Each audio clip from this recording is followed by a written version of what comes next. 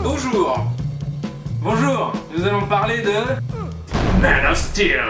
La grosse différence. Non, ah non. Non, ça a changé de thème. Non. Mais attends, c'est... 11 septembre. Non, c'est pas ça. Moi je trouve que Man of Steel n'est pas un très bon film, voire un mauvais film. Et Jérémy, quel est ton avis sur ce film? Man of Steel est un chouette blockbuster qui remplit tout à fait son rôle de super production, mais qui ne me plaît pas pour des raisons personnelles. Ah oui, alors Le ça a style de changé, Fred. oula. Mais Oui, ok. parce que ton premier avis c'était oh la grosse claque. Ah oui, le gros, film, grosse claque visuelle, ça c'est sûr, oui, Ouais. grosse claque. Non, le film est une grosse claque, quand tu le vois, tu grosse prends claque sur tes fesses, tu prends une grosse claque visuelle. Je trouve que c'est un film défendable, alors que toi tu trouves qu'il est indéfendable. Ouais. Voilà. Pour résumer globalement mon sentiment sur le film, je dirais que le film est un peu divisé en deux parties. Et que la première partie, on s'en fout et c'est chiant. Et la deuxième partie, on s'en fout et c'est moche. Déjà, qu'est-ce que tu penses de ça? Je pense pas que le film il ait un problème de beauté. Alors à la fin, je vois pas ce que tu trouves de spécialement moche. Si t'aimes les jeux PlayStation, oui, ça doit te sembler immensément joli. Rien de ce que je vois à l'image n'est réel, ne semble réel. Pour moi, c'est plus des personnages 3D qui bougent de manière totalement irréaliste. Pas du tout photoréaliste en tout cas. C'est bidon, c'est moche. Non, je trouve pas que C'est-à-dire que là, ça. il manque plus que la manette. C'est-à-dire que Ouais, là, t'es en mode, t'appuies ouais, sur mais- R2 pour accélérer, t'appuies sur X pour Moi, donner moi des au points. point, Snyder, au niveau des bastons, il s'est un peu fait son Dragon Ball Z. Les déplacements des personnages qui vont tellement vite qu'on a l'impression qu'ils se téléportent, les coups énormes qui se font quand ils glissent sur le béton et qui défoncent le bitume et tout ça, c'est Dragon Ball, c'est juste déguisé avec d'autres personnages. L'histoire de l'extraterrestre qui arrive sur Terre pour reprendre un autre extraterrestre qui est là Voilà, depuis et qui longtemps. arrive, oui, C'est oui. comme Sangoku et Vegeta, enfin je veux dire, Je suis c'est du d'accord. Dragon Ball et du coup, pour moi, j'ai accepté l'idée, ça marchait quoi. Bon, ça c'était malin, je suis d'accord. Sauf que dans Dragon Ball, le côté il se téléporte, on voit rien, machin, c'est pas tout le temps. C'est-à-dire qu'il y a des moments où clairement tu comprends tout ce qui se passe. Et là, on n'a pas du tout ça déjà. Il y a cette question de pourquoi prendre Zack Snyder quand c'est Christopher Nolan qui produit les films. Du coup, ce qu'ils ont fait, c'est qu'ils se sont dit bon, Dark Knight, on l'a joué la carte du réalisme à fond, donc on prend une ville qui a vraiment une gueule possible et on prend des caméras qui filment de manière comme si c'était un peu un reportage, un documentaire. Et Voilà. puis on met des musiques pas trop symphoniques. Du coup, on est dans un truc ultra réaliste, en tout cas voulu. Mais si tu veux faire un truc extra réaliste, dans ce cas-là, tu fais incassable. Tu vois le côté sous-spectaculaire de l'histoire de Superman, machin. Oui, mais dans Incassable, t'as comme une façon de filmer et de mettre en scène tes personnages très cinématographique. Et tout ce qui romancé. se passe à l'image est crédible, c'est-à-dire qu'il n'y a pas un côté où à un moment t'as un mec en 3D qui fait boing boing boing, qui fait un truc qui est pas possible. Mais parce qu'en même temps, il y a ce côté de se dire, je te place un contexte réaliste et dedans je fais des trucs extraordinaires. Non, mais- Alors qu'avant c'était, on a un contexte extraordinaire et il se passe des trucs complètement Ah, extraordinaires. mais ça marche pas. Un film qui avait réussi à faire ça en bien, ouais, c'était Chronicle. On est Et d'accord que que vers la fin, il y c'est avait. un film qui marche pas. Hein. Bah, il marche déjà mieux. Bah non. Mais là où ça tient pas la route, c'est qu'à un moment donné, le mec il est en train de chier, il filme quoi, tu vois. Du côté photoréalisme, du côté tiens, les mecs volent dans le ciel et j'y crois, et ça se passe à l'image, ça marche 100 fois mieux. Mais là, je Cette suis espèce là, de alors- truc avec des mecs où on comprend Alors rien. là, t'évoques un- Si le visuel était le seul problème du film, et qu'il avait un scénario béton de chez béton, ça irait. À la base, il y a des vraiment bonnes idées de départ, mais quand vient le moment de les exploiter, de faire un film avec, ça se pète la gueule à différents endroits. Une très bonne idée d'utiliser Zod comme méchant pour le premier film, ce qui fait que tu peux à la fois raconter les origines et avoir un méchant qui a un rapport avec ça, qui fait que quand il arrive, c'est pas genre un mec qui a rien à voir, voilà, qui débarque. L'idée que Lois Lane soit moins tête à claque, moins conne, qu'elle ait plus de caractère, ça je trouve ça très bien. Les designs du film, Partons du début. je vois Jor-El qui arrive dans cette espèce de tribunal ou je sais pas quoi, et la caméra comme ça.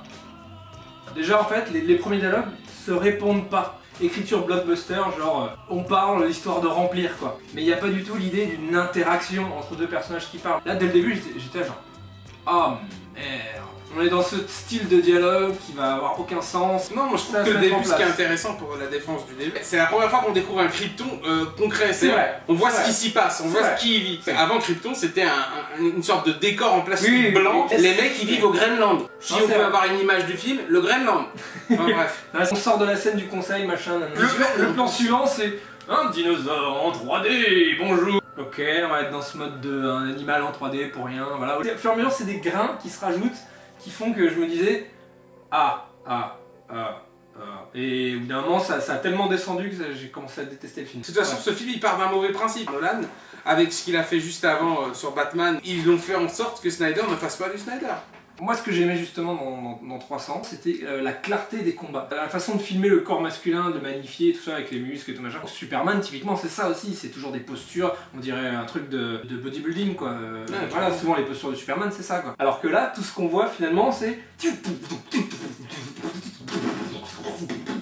L'action dure énormément longtemps, ils ont essayé d'être très généreux avec l'action. Au lieu de filmer ça, comme si c'était les humains sur le bord de la route, qui voyaient des surhommes en train de se battre et qui font putain on comprend rien, ils vont beaucoup trop vite pour nos yeux, mais montre-nous ça du point de vue de Superman. Du point de vue de Superman, c'est que c'est clair ce qui se passe. Très rares sont les moments où on adopte finalement, je parle pas seulement visuellement, je parle même d'un point de vue de la clarté, de la compréhension de ce qui se passe, on adopte le point de vue de Superman, donc on est impliqué dans l'action avec lui. On est impliqué comme les mecs qui sont par terre en train de regarder les immeubles tomber et en train de faire oh putain, oh c'est chaud, oh ça tremble, on comprend rien. On subit l'action quoi. On subit pas tant que ça l'action, je trouve quand même qu'on est pas mal impliqué. Quand il se bat contre elle, moi je trouve que ça tient plutôt la route. Non, moi je suis pas d'accord. Je me suis pas senti désorienté. Tu parlais de Dragon Ball qui est là pourtant un dessin animé, arrive à mieux implanter cette idée de c'est chaud, ça traîne sur le sol, il faut freiner, ça demande un effort, la sueur, le machin. Même Dragon Ball, qui n'est pas réel, a beaucoup plus de sens de réalisme que ce film pour montrer des choses incroyables, des combats de titans. Non, mais moi je sais pas. Ça fonctionne pas, ça me déconnecte. Non, mais tu parles de... Pour moi c'est logique, c'est des gens qui se déplacent à la vitesse de la lumière. C'est logique, mais ça devrait être impressionnant. Ça l'est pas. Moi j'ai l'impression de voir une erreur technique, j'ai l'impression de voir un mauvais effet spécial. Je me rappelle du combat entre Mr. Smith et Neo dans le Matrix 3, et qu'il pleut et qu'il se bat dans les nuages. On voit deux mecs qui arrêtent pas de tourner comme une sphère comme ça, et ils se mettent des coups de... Mais c'est super mal fait en fait. À l'époque c'était un peu impressionnant. Vraiment la scène de Matrix quand il se bat dans le 3, dans les airs, et ils ont voulu faire du Dragon Ball pour le coup, ça se sentait la volonté. C'est très... Le combat il veut rien dire. Le côté rapide, on comprend pas. Du point de vue humain, ils sont trop rapides pour nos yeux, machin, Dragon Ball, les téléportations et tout ça. Si ça avait été ça pendant quelques instants parsemés ici ou là pour justement créer un contraste avec tous les moments où c'est très clair, j'aurais adoré. Mais comme c'est ça tout le temps, en shaky cam, vitesse réelle, zéro ralenti. On est toujours dans la vitesse, dans le tremblement. Et putain, mais comment ils peuvent dépenser des millions dans des plans qui sont aussi illisibles, moches, tremblants, flous, mal cadrés, pas clairs, avec des personnages en 3D qui n'ont aucun réalisme. Le degré d'exigence des spectateurs baisse à cause de conneries de 3D qu'on s'est bouffé et encore bouffé. Les gens ont oublié ce que c'était qu'un truc crédible à l'image. Avec autant de thunes et autant de moyens, et autant de mecs qui bossent dessus, oui, il y a moyen de faire 1000 fois mieux. Et c'est facile, et ça s'est vu dans d'autres films. Si demain il y avait un personnage qui était capable de voler, qui avait autant de force que Superman, et qui se battait contre d'autres personnages similaires à sa force, je pense qu'effectivement, nous on les verrait passer comme des fusées d'un point A à un point B. Mais pourquoi les filmer du point de vue humain? Le personnage principal c'est Superman, c'est pas nous. Eh ben non, c'est là où tu te trompes. Quel est le personnage humain qui construit pendant le film? Non, c'est juste toute la démarche de Christopher Nolan. Sa démarche de vouloir faire un film réaliste à 100% comme il l'a fait avec Dark Knight. Réaliste, ok. Ça implique d'avoir systématiquement un point de vue humain. Mais oui, mais justement, ça fonctionne pas. C'est pas intéressant. Objectivement, pour l'identification. Dis-moi, fais l'avocat du diable, défends-moi en quoi c'est intéressant. Moi, là où je trouve que c'est intéressant, c'est que ça permet au spectateur de vraiment se projeter dans l'univers du film. Les seuls personnages qu'on connaît, c'est Lois Lane qui se téléporte un peu dans le film, bon, qui est une espèce de meuf un peu badass, on s'en branle, et c'est cette poignée de personnages dont on se contrefou parce qu'on les a vus 2 secondes, qui est Laurence Fishburne, une meuf et un mec chauve. Et voilà, et sous prétexte qu'on les a vus 2 secondes dans une scène à la con avant, on est censé s'inquiéter pour eux. Il y a la scène avec les débris. Aide-moi, aide-moi. Et qu'est-ce qu'on s'en branle de cette meuf? Je sais même pas qui c'est. Ce n'est intéressant de montrer un film d'un point de vue humain que si tu as un personnage humain à suivre. Point de vue. Le personnage principal c'est lui, mais on va montrer le truc du point de vue du chien là. On s'en branle du point de vue du chien. Les chiens sont super importants. En quoi c'est une bonne idée? Après c'est une question de goût là, on frôle avec... Non mais il n'y a aucune bonne raison, je ne vois pas, j'ai beau chercher, je ne vois pas. Pour moi la raison, je te l'ai dit encore une fois, c'est cette volonté d'avoir des films qui ont une gueule réaliste. Tu peux avoir ce truc réaliste mais en suivant le point de vue Superman. Mais non, parce que Superman lui quand il se déplace vite, il voit pas les choses vite, il voit les choses lentement. Oui mais alors, et nous quand on voit se déplacer... Et bah tu les montres lentement. Mais oui, sauf qu'il voulait pas donner le point de vue de Superman. Et pourquoi? Parce qu'il voulait avoir un point de vue réaliste. Alors pourquoi ne pas nous montrer le point de vue de Superman, mais nous faire chier avec, dans son enfance, il était malheureux, parce qu'il voyait trop les choses dans les murs. Et ses parents lui disaient, tu vas devenir quelque chose, mais pas maintenant. Moi ce que je trouve intéressant, c'est la première fois où je trouve qu'ils utilisent vraiment bien le pouvoir des yeux rouges. du laser dans les yeux. D'ailleurs, non, c'est très mal utilisé Non, mais parce que justement. pourquoi il l'utilise pas contre Zod, bordel, il l'utilise jamais. Mais si, il l'utilise parce Non. qu'il l'utilise après. Mais quand Je sais plus, mais il il l'utilise. passe son temps à lui mettre des Ah patates. non, il l'utilise. Non, il l'utilise. Si, il l'utilise. Le passage où il lui met des gros coups de poing monumental qui fait que. Ça l'envoie loin, il doit Loin et rattraper. tout. Là, pour le coup, je trouve ce passage-là. Alors, voilà. C'est ce que toi tu recherchais. Voilà. C'était ce Voilà. point de C'est vue de un des Superman. rares moments. Voilà. Un des rares moments où je me disais, tiens, c'est intéressant. Sauf que, visuellement, c'est à chier. Superman, c'est des Non, sprites. je trouve pas que C'est non, un pas jeu autant. vidéo. Non, je pas. C'est un jeu vidéo. C'est un jeu vidéo. Non, je PS3. trouve que la 3D a passé quand même Sans largement déconner, bien. sans déconner, tu verras, tu Non, le non, reverras. les rendus sont assez propres. Il y a zéro réalisme. Zéro. C'est-à-dire qu'il n'y a rien dans l'image qui me fait dire, c'est un film. Moi, c'est une cinématique que je suis en train de voir. C'est pas un film. Mais dans Superman, vu qu'il mélange les images réelles et des images 3D en permanence. Mais il y en a presque pas des images réelles, il y en a pas. Si, bien sûr que si. Ah ok, le plan de mec qui regarde en dessous, qui sert à Mais rien. non, mais t'as aussi les plans d'ensemble, les décors où ils ont filmé du décor. Ah et non, après, c'est ils du ont Mad rajouté les Paint persos. qui pue, il n'y Pas a toujours. rien de réel. Pas toujours, rien de toujours. réel. Il n'y a aucune pause, aucun dosage du rythme. Ils peuvent se mettre des patates pendant 3 ans, ça changera rien, il n'y a aucune progression, ils pètent toute la ville. D'ailleurs, Superman s'en bat les couilles. Et ce qui est marrant, c'est que Superman brise la nuque du méchant pour sauver 2 personnes dans Mais le métro, exactement. alors qu'il a sacrifié des milliers juste avant. Exactement. Bon allez, on a à 2h30 du film là, on va peut-être arrêter le combat. Clac. Fin du combat. Pourquoi il le fait pas avant? Pourquoi il essaye pas? Pourquoi... tu vois, il n'y a aucune idée de progression de « Ah, je pouvais pas le faire avant parce que j'ai jamais pu l'atteindre ». Non, tu pouvais l'atteindre 1000 fois, tu lui as mis 1000 patates. Et qu'est-ce qui fait que d'un seul coup, tu as la puissance de le faire? Ah, il allait tuer 3 personnes, 4. Donc ça me donne la force de le tuer. Ah, Superman ne veut pas tuer des gens. Sauf que ce n'est jamais discuté. À aucun moment, on en parle. Enfin, t'as quand même tout le discours du père qui lui... Ah, le discours du père, laisse crever les gens. C'est l'opposé. C'est l'opposé. Je veux absolument sauver des gens. Elle dit, bah oui, mais il aurait peut-être fallu les laisser crever. Le père, Il dit qu'il pourra pas sauver tout le monde. non, il dit, t'as des pouvoirs, les montre pas parce que les gens ils doivent pas savoir pour l'instant que t'es. Voilà, mais quand tu seras grand, est-ce que tu pourras sauver tout le monde, ceci, cela? Et parfois, est-ce que je devrais laisser les gens mourir ou pas? Est-ce que c'est bien ou pas bien? Il fait peut-être que ça sera préférable de Mais laisser les en gens quoi mourir. c'est cohérent? J'en viens à la mort du père de Pa Kent, Mmh. de Kevin Costner, Mmh. qui est ridicule. Là, je me disais, putain, mais on a un début de discussion peut-être intéressant pour une fois, qui est pas des gros clichés inintéressants, là pour une fois on a un truc. Et là, oh, une tornade! Mince! On a oublié le chien! Il faut absolument que j'aille sacrifier ma vie pour sauver ce chien. C'est très important que le père y aille pour mourir. C'est extrêmement con de base. La Superman qui fait, je pourrais y aller, mais il m'a dit avant que je ne devais pas montrer mes pouvoirs. Donc je n'y vais pas pour sauver la personne la plus importante, l'une des personnes les plus importantes sur Terre. Pour moi, je sauve un truc pétrolier, machin, devant tout le monde, pour sauver des gens que je connais pas, je fais des exceptions sans arrêt, mais parce que mon père m'a dit une fois, ah bah je vais pas sauver mon père évidemment, donc il va pas le sauver. Non, mais je suis d'accord. Et là, le truc, la débilité suprême du film, Costner qui fait ne me sauve pas, enfin il dit pas ça mais il fait un signe de la main genre non. Mais c'était la seule exception, qu'il devait faire. C'est la seule, c'est débile, ça n'a pas de sens. Le seul truc où la mort de Pa Kent était bien faite dans le film de Richard Donner, c'est que tu dois accepter la mort des gens, tu pourras pas sauver tout le monde. La preuve, je meurs d'une crise cardiaque, tu peux rien faire. Voilà, tu peux pas réparer le pont, tu peux pas rattraper l'avion, tu peux. Et c'était vachement plus fort en termes d'émotion et machin, c'était la meilleure idée. Quoi. Et beaucoup plus tragique, et voilà, il y a la musique de John Williams, pas une espèce d'instrumental pourri de Hans Zimmer. Voilà. Je suis d'accord que cette scène, elle va pas. Moi, Bah, c'est une scène conne parmi 1000 scènes connes. Quoi. non, je suis pas d'accord, mais non, mais ce qui est intéressant dans ce film, c'est vrai que c'est un Superman qui est un peu plus adulte qu'un Iron Man ou Avenger. Ça s'adresse moins à un public teenage. Ça s'adresse quand même à un plus grand public. Ça veut s'adresser à des adultes en son genre, c'est intelligent, mais c'est tellement con que ça s'adresse même pas à des ados, ça s'adresse à des gamins. Non, parce que t'as des sentiments qui sont impliqués, qui sont dégagés après de tout ça. Et puis il va sauver un chien, putain, c'est même con dès le début. Non, ça à la limite, c'est pas l'histoire sauver du le chien. chien. Malgré tout, même si elle est pas bien faite, elle donne quand même le sentiment aux gens de se dire que il avait tellement d'admiration pour son père qu'il était capable de lui obéir sur l'ordre de ne pas le sauver. Alors oui, voilà. Tu vois ce que C'est je le veux dire? seul truc qui passe un peu, mais c'est tellement con. C'est-à-dire que...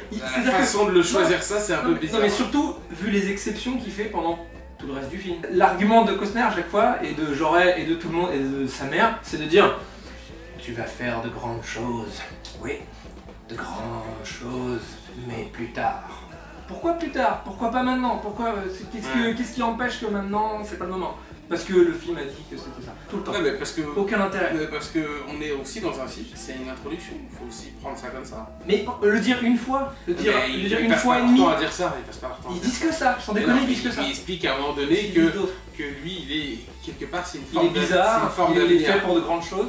Non, il lui dit qu'il est, pour résumer, que Superman est une sorte d'espoir dans l'avenir parce qu'il peut apporter une forme de stabilité. Oui, donc il va faire de grandes choses. Bien sûr. Mais c'est tout. Racontez-nous un film, quoi. Ne dites pas le slogan du poster en boucle.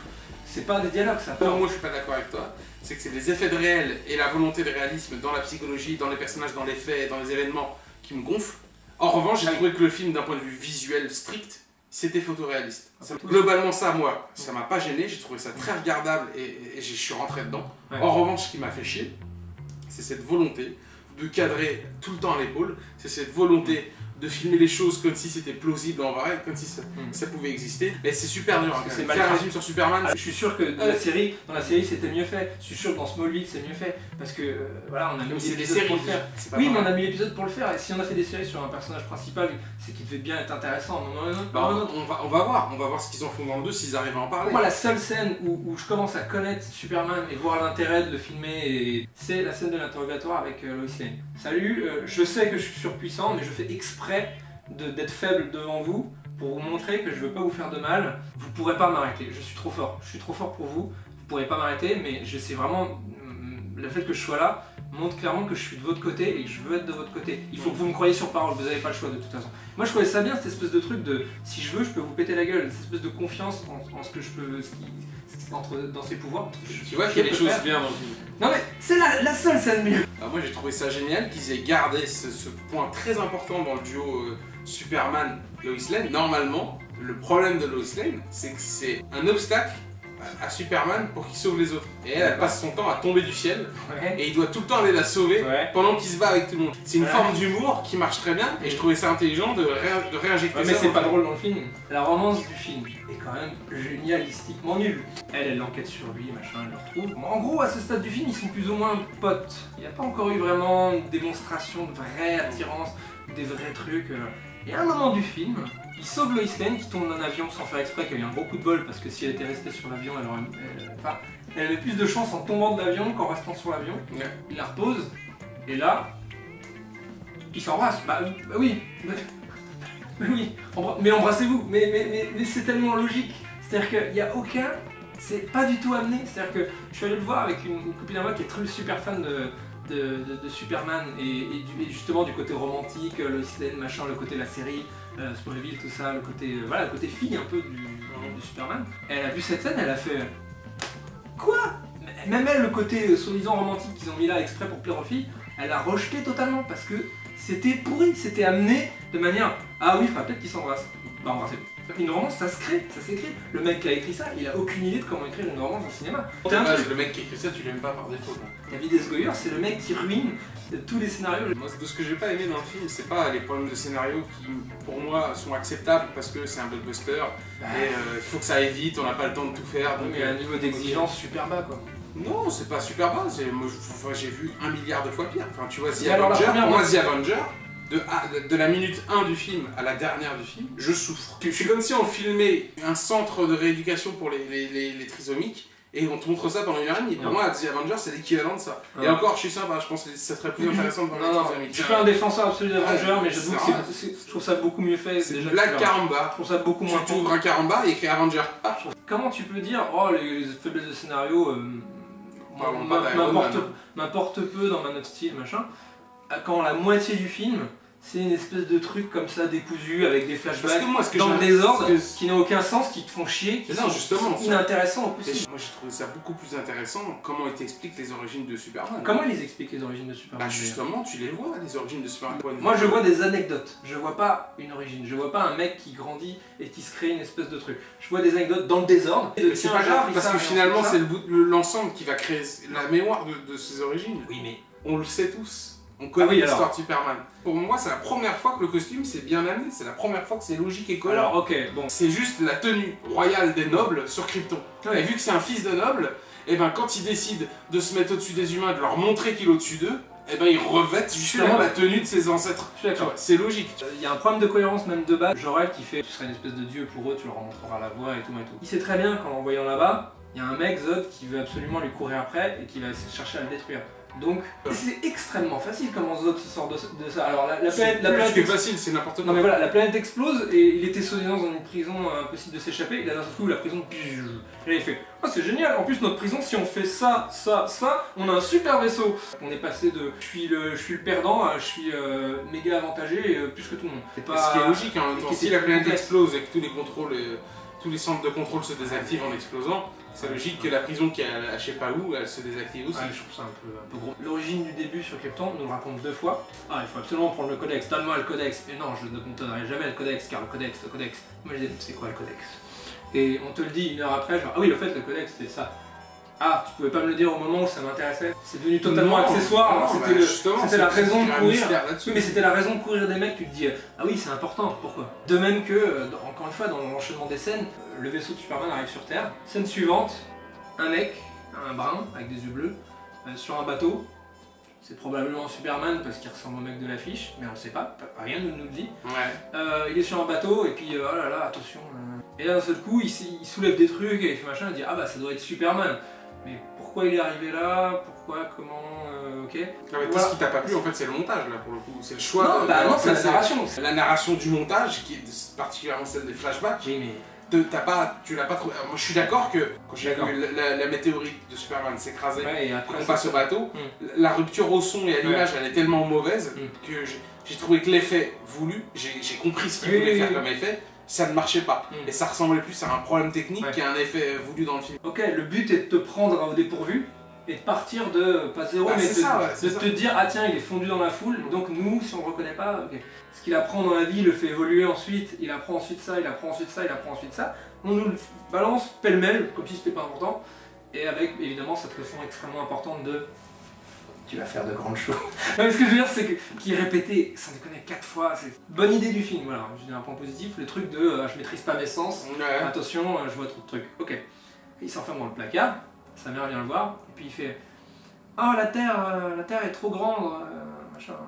Et là, au lieu de lui répondre un truc un peu réaliste, un peu crédible, genre pourquoi tu dis ça, machin, qu'est-ce que tu veux dire par là, machin, qu'est-ce qui se passe quoi? Elle lui fait eh bah rapetisse-la. Putain, genre, mais c'est quoi cet échange qui veut rien dire quoi? Non, rapetisse-la, merde, je sais pas moi, enfin. Du tout, mais répondre ça directement, comme si c'était le scénario. Entre deux J'ai lu le scénario. Mais c'est logique ce qu'elle lui répond, ce qu'il lui dit, tout est parfait là-dedans, là, ça reste. C'est parfait, ça n'a pas de sens. Mais si ça a un sens. Rapetisse-le, ça veut dire quoi? En gros, ce qu'il lui dit, c'est qu'en fait, il perçoit tellement d'informations qu'elle lui dit fais comme si il n'y en avait qu'une. Elle l'apprend à aiguiser son sens. Elle lui apprend à ne plus faire attention à ce qui est autour de lui. C'est super maladroit. Non, c'est un peu trop subtil. Mais j'ai compris que c'était ça. Non, c'est un peu trop débile surtout. C'est-à-dire qu'il est trop grand. Bah rapetisse-le. Dans le genre montage dans le désordre qui n'a pas de sens. La scène finale. Après avoir détruit la moitié de Metropolis, Superman ne se soucie guère de déplacer le combat ou machin, et donc s'en fout à peu près des humains, sauf de 4 à la fin.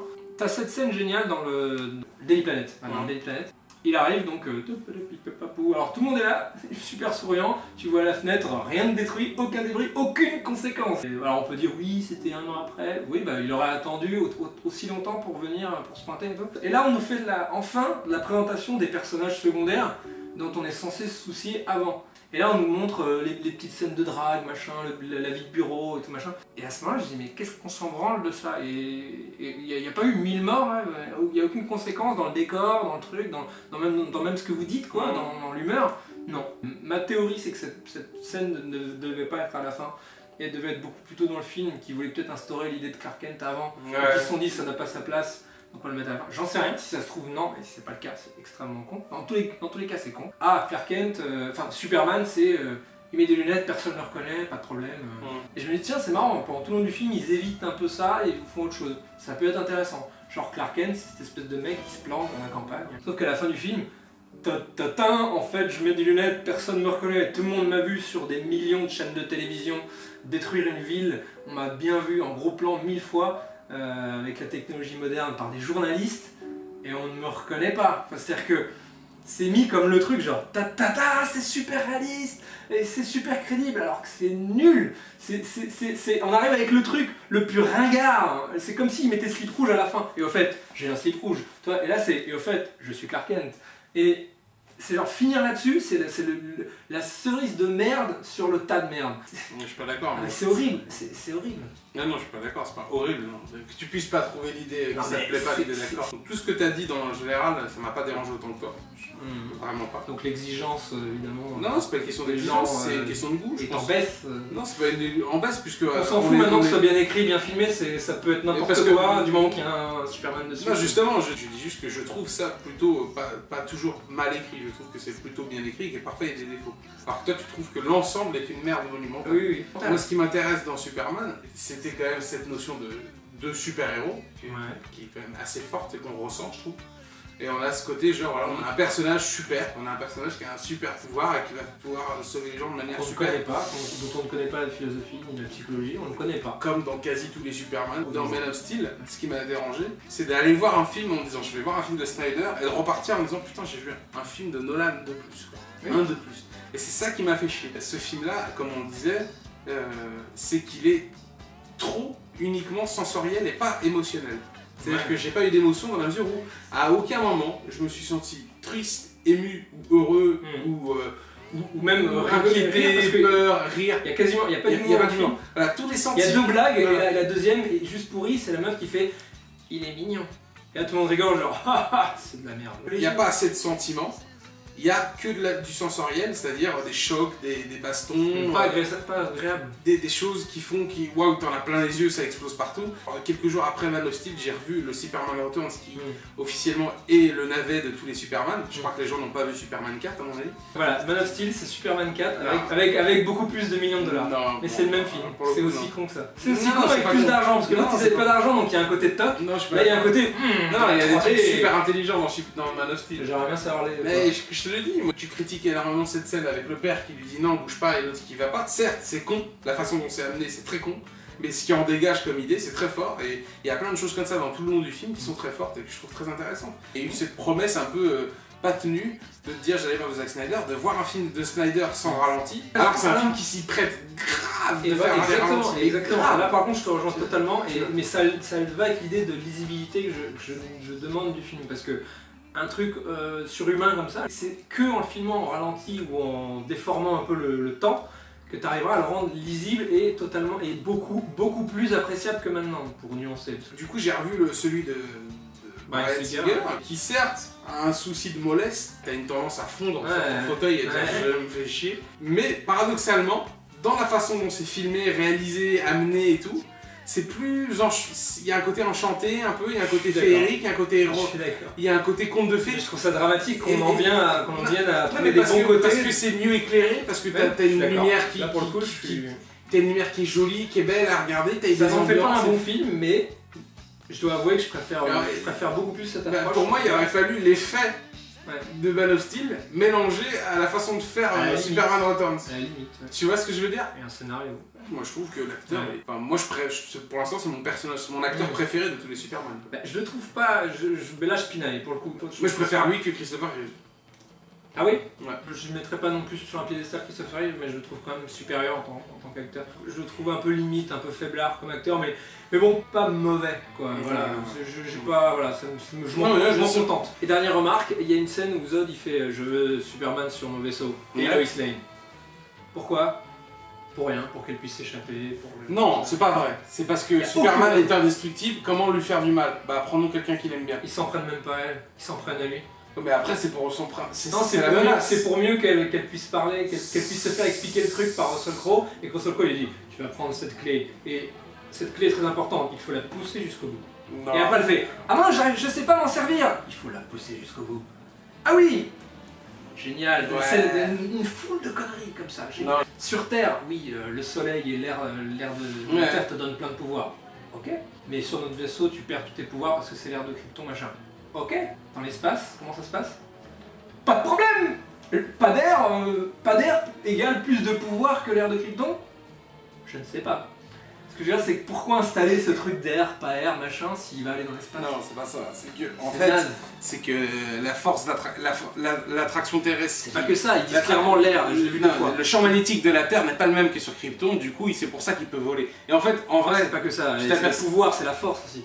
C'est pas seulement le fait c'est qu'ils pas volent. que ça, c'est aussi la pouvoir, mais c'est aussi parce que le Soleil est plus près là-bas, donc il a aussi plus de. Oui, mais alors quand il est dans l'espace et qu'il a pas d'air. Mais il est comment- pas loin de la comment ça se Terre en passe? général quand il est dans l'espace. Ah non, mais pour le coup, Superman non, mais tu dans pinailles là, l'espace. tu pinailles, bah, je Non, non, pinaille, non, je pinaille. Non, bah oui, mais là on parle de force, pas force. C'est-à-dire que dans le film, c'est un truc important. C'est genre, ah, t'es sur Terre, t'es fort. T'es dans notre vaisseau, t'es comme un humain en gros. T'es aussi fort qu'un humain. Mais il est dans le ciel, il est pas dans l'espace. Et là, il est dans l'espace. Non, il est clairement dans l'espace. Quand il fait son truc Jésus à deux balles, là, ouais. il est dans l'espace. Je suis désolé, il est hors de la Et avec son père qui lui dit Et juste il y a- avant, sauve-nous. Oui, voilà, bon. Subtilité, génial. Jesus. Symbolisme. C'est génial Non, d'oser mais pourquoi placer pas ça. Je suis pas Non mais contre moi je ça. trouve non je suis pas Je suis pas contre, contre mais je ça, trouve que mais c'est osé de le placer. Ouais, Et je trouve ça ouf d'avoir C'est réussi à juste, placer le ça va avec la connerie, ce genre. Il y a tous les gadgets de la connerie, c'est-à-dire qu'il y a les défauts et il y a même les trucs mignons de la connerie, genre oui Jésus, c'est bien. Bon, conclusion. Conclusion, c'est un très mauvais film, mais pour toutes les zones que j'ai dit, c'est voilà, première partie chiante et on s'en branle, et deuxième partie pas chiante, mais on s'en branle et on comprend rien et c'est mal fait. Et c'est moche, voilà, c'est moche. Donc ce qui fait pour moi un assez mauvais film dans l'ensemble. Par contre, je ne perds pas espoir parce que je me dis, j'aime bien ce qui est mis en place, mine de rien. J'aime bien l'idée de Zod, de machin, j'aime bien la Lois Lane pas trop con, j'aime bien le costume, les designs, les vaisseaux, l'esthétique, bon, au-delà du photoréalisme, la lumière, ce à quoi ressemblent les choses me plaît. Donc je serais pas contre l'idée d'une suite, machin, en espérant que ce soit moins con. Comme Batman Begins Dark Knight, c'est-à-dire que je déteste Batman Begins. Dark Knight avait compris comment rendre le truc mieux, quoi. Et j'espère qu'il va, voilà, qu'il fasse mieux avec le 2 ou le 3. Après Zod et les mecs surpuissants voilà, qui peuvent détruire la Terre, Lex Luthor et son arnaque pour piquer des diamants. Alors oui, salut, j'ai de la kryptonite. C'est bien d'ailleurs qu'ils aient pas introduit la kryptonite dans ce film Ah oui. pour le faire avec un humain. Ça, voilà, les intentions quand même, de départ, pas mauvaises, mais... Alors moi, conclusion, je suis pas un grand défenseur du film, comme vous l'avez vu, parce que je l'ai laissé plutôt argumenter dans l'ensemble. Donc c'est indirectement, c'est qu'il y a des choses sur lesquelles je suis d'accord, ok. Mais je trouve que je suis pas aussi tranché que lui. Dans les films de super-héros que j'ai vus récemment, moi le seul que j'aimais c'était Watchmen. Je trouve que tout ce qui tourne autour de Marvel, c'est de manière générale extrêmement raté. À chaque fois, je suis très déçu. Les Spider-Man que j'aimais bien au début, c'est vrai qu'avec le recul, je trouve qu'ils vieillissent pas très bien. Je trouve que Iron Man, c'est une souffrance. Rien que de voir la jaquette du DVD sur ma télé, près de ma télé, c'est une souffrance. Quand on prend en compte de tous ceux que je viens de citer, Superman, Man of Steel, c'est loin d'être le plus mauvais, au contraire, je trouve. C'est juste que le choix esthétique et le choix narratif d'être toujours en tout cas d'avoir la volonté d'être dans l'hyper-réaliste, alors que ça ne l'est pas tout le temps, vraiment pas tout le temps, mais il y a une volonté de l'être, je trouve ça débile, ça me commence à me saouler. Et puis Snyder, j'espère qu'il fera pas le 2 et le 3, parce que je vois pas l'intérêt de prendre ce mec pour faire ce film-là. Le temps qu'il les réalise lui-même, Nolan, ou qu'il prenne n'importe quel guignol qui exécutera des ordres, je vois pas l'intérêt de gâcher le talent d'un mec comme ça, à moins que lui soit en parfaite harmonie avec cette façon de faire, j'en sais rien. Qui prenne le réalisateur de... comment ça s'appelle, Vol 93 là, et de Jason Bourne. Ouais, Voilà. Greengrass. Voilà, Paul Greengrass. ouais. Paul Greengrass, il maîtrise vraiment le sujet du hyper-réaliste dans le ton, la réalisation de tout ça. Quand il te fait un zoom ou un dézoomage, tout ça, c'est jamais en trop. Il sait de quoi il parle. Là, eux, ils veulent singer ça tout le temps, ça devient chiant. Ouais. Donc moi, c'est ça qui m'a saoulé dans le film. C'est pas tous ces problèmes scénaristiques que j'excuse parce que je trouve que j'ai vu pire ailleurs et du coup, c'est un Ouais, blockbuster je sais pas si et ça me dérange pas de manger mon popcorn en regardant ça. Vu la pression du film, je trouve ça inexcusable. Moi, c'est le fait de l'avoir vu très proche d'un film comme Star Trek Into Darkness. D'un côté, il y a des gens qui essayent vraiment de faire des bonnes choses, bien écrites, bien pensées, bien réalisées. De l'autre côté, il y a des mecs qui s'en battent les couilles. Moi, je suis Et d'accord qui sur font Star Trek, n'importe mais... quoi. Et les deux côte à côte, je te jure que Man of Steel, ça fait très très mal à la tête. Et alors, sur 10, je mettrais 4, 3,5, 4, je sais plus, j'hésite entre les deux 4 sur 3,5.